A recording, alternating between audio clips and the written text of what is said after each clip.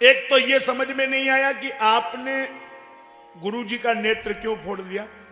दूसरा ये समझ में नहीं आया कि आप बलि की नौकरी क्यों कर रहे हैं। क्या बलि की तरह और कोई अपने द्वार पे तुमसे नौकरी करा सकता है? भगवान बोले करा सकता है। कौन?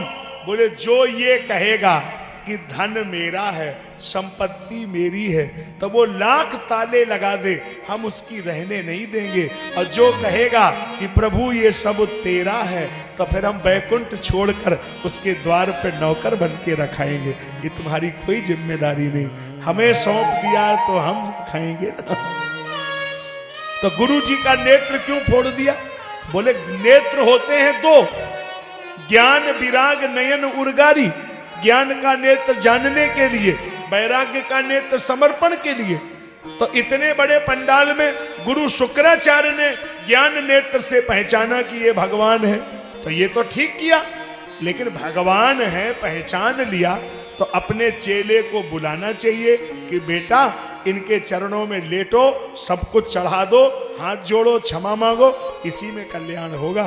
तो तुम पहचान तो गए कि ये भगवान है, और फिर भी चेले को उल्टी तरह पट्टी पढ़ा रहे हो कि देना नहीं।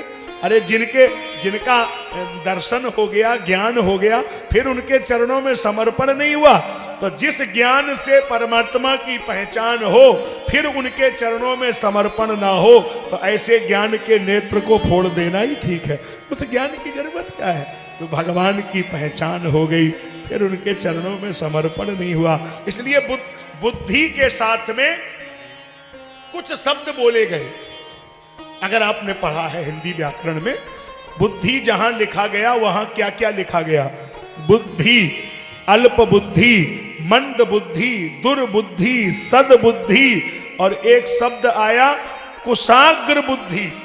मानी इतनी पैनी बुद्धि, कुशाग्र जितना कुश का अगला भाग पैना होता है, और इतनी पैनी बुद्धि यदि किसी को मिल जाए तो वो बुद्धि तर्क नहीं करेगी, कुतर्क करने लगेगी।